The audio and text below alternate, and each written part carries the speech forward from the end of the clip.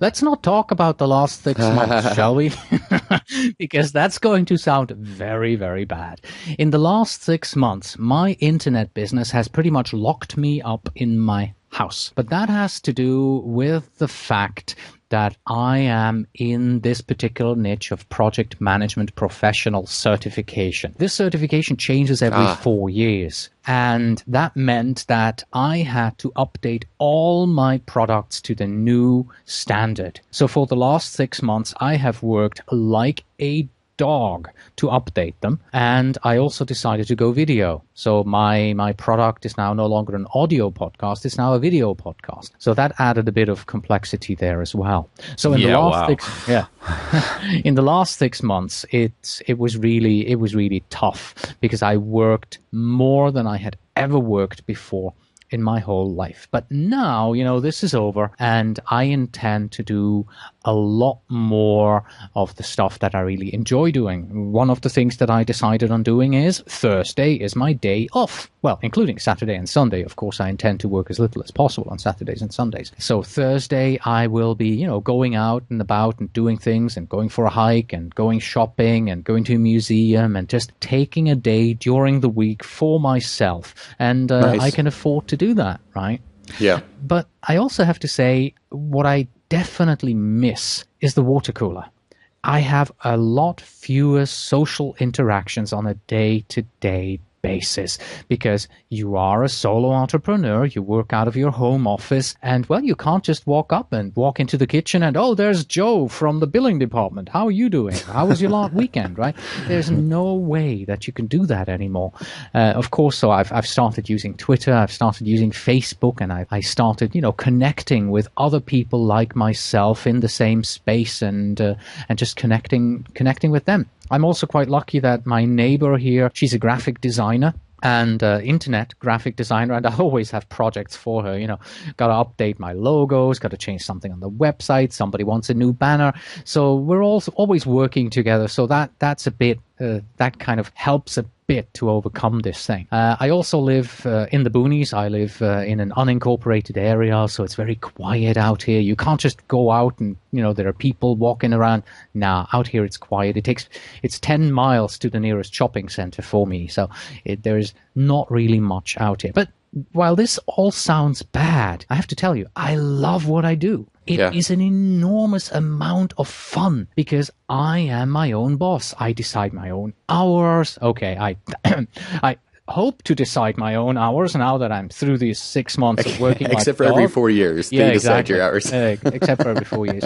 I love tinkering with my business. I enjoy making it run more smoothly. I enjoy working with my students and helping them. And I enjoy the moment when I'm sitting here and I'm going, there's this big, bright bulb going on in my head. And I'm like, oh, this is a new opportunity. I have to do that. And that's the moment, when you put everything aside and you start on a white paper and you draw something new out and you create something new from scratch. You hand it off to a VA to create it. You review it, you build it.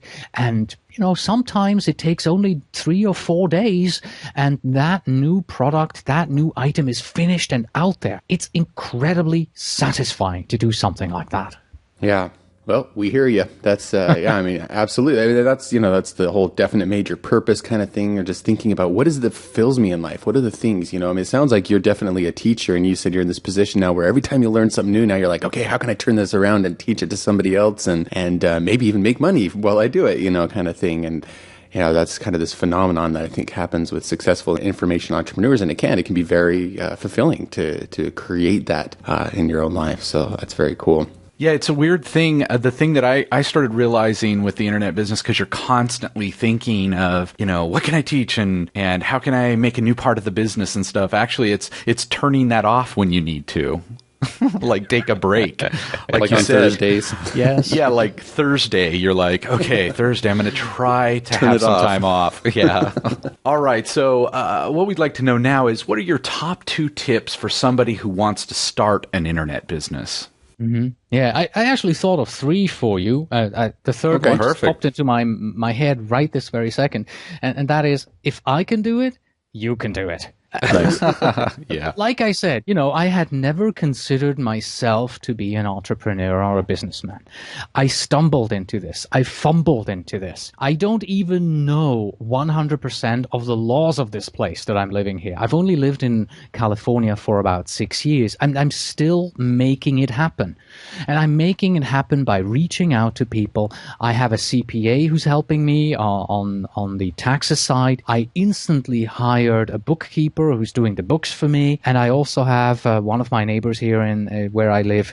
He's a lawyer. So whenever I have a legal question, I go to him. So if I can do that, somebody who of himself would never have thought this to be possible, then really anyone can do this. Even if you stumble and fumble and you go one step forward and 5 steps backwards, you will learn that this is something that's doable. Nice. Second, don't overanalyze it. Just trust your gut feeling.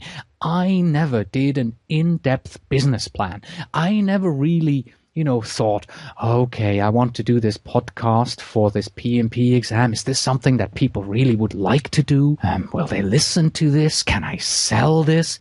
I was enough of an expert in that particular field that I could sort of from a gut feeling tell that my product would be something innovative. And if I made it a whiz-bang product, people would like it and people would buy it from me. So don't overanalyze it. Trust your gut feeling.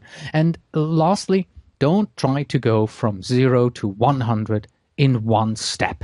Start your business as a side business. If you're still doing the 9 to 5, find your niche, find your passion, come up with new products, ideas, things that you could sell to people out there, information, marketing products, and begin selling them. You also have to be prepared to fail. I was very much prepared to fail with my product.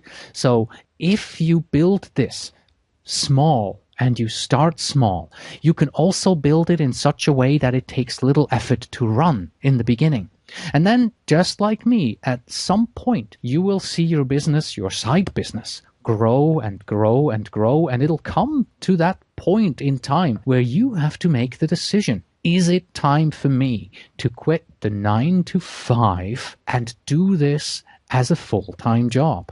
And then you have to do the analysis, because there you shouldn't just, say, oh, I'm just going to do this. I'm going to ignore the numbers. I'm going to ignore all the warning signs that are going off in my head. I'm just going to do this because I hate my 9 to 5 job so much. No, don't do that. Really analyze it. Make sure that this step is something that you want to do and that can support you financially. Because the last thing that any of us here on the Internet Business Mastery want is that you take this step and in the end it's not going to work out for you and you fail. That's the most important thing. Start small, build it, and when the time comes, make sure that you understand the pros and the cons and that you feel, yes, this is something that will be able to support me in the future. Yeah, it's interesting you mentioned the kind of start small and, do it in your spare time as opposed to just being radical about it. And we talked actually a lot about that when we were designing the academy, and we decided to do these weekly checklists where we decided, okay, working a full-time job, how much extra time could a person put into this and do other things, right, while they're working a full-time job? And we wanted to be really specific to go, okay, we're not trying to push it so that they're spending 16 hours a week on this thing, because they've got full-time jobs, right? Absolutely. And they've got families most likely, and, they want to enjoy life as well. Mm-hmm. So we decided to be very specific, in the academy to make it so it's an approximately, here's a checklist that's based on about 4 hours, depending on how much time you do, how long it takes you to do things.